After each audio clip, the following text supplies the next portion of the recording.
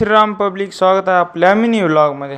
तर काय काढायचा होता आज पास, म्हणलं चला. तर काय इकडं आले नया बस स्टँडला पास काढायचं काउंटर. काय साहेबसाठी मी काढून बी देण्यात म्हणलं. एक बार दिला पास, निघालो कॉलेजकडं आल्या आल्या आपल्या देवाला केला मुजरा. मग काय क्लासमध्ये आलतो सुदर्शन, पृथ्वीराज तर दररोज काम लागले पृथ्वीराजला गॅदरिंग असण्यानं कृष्णा झालाय ना.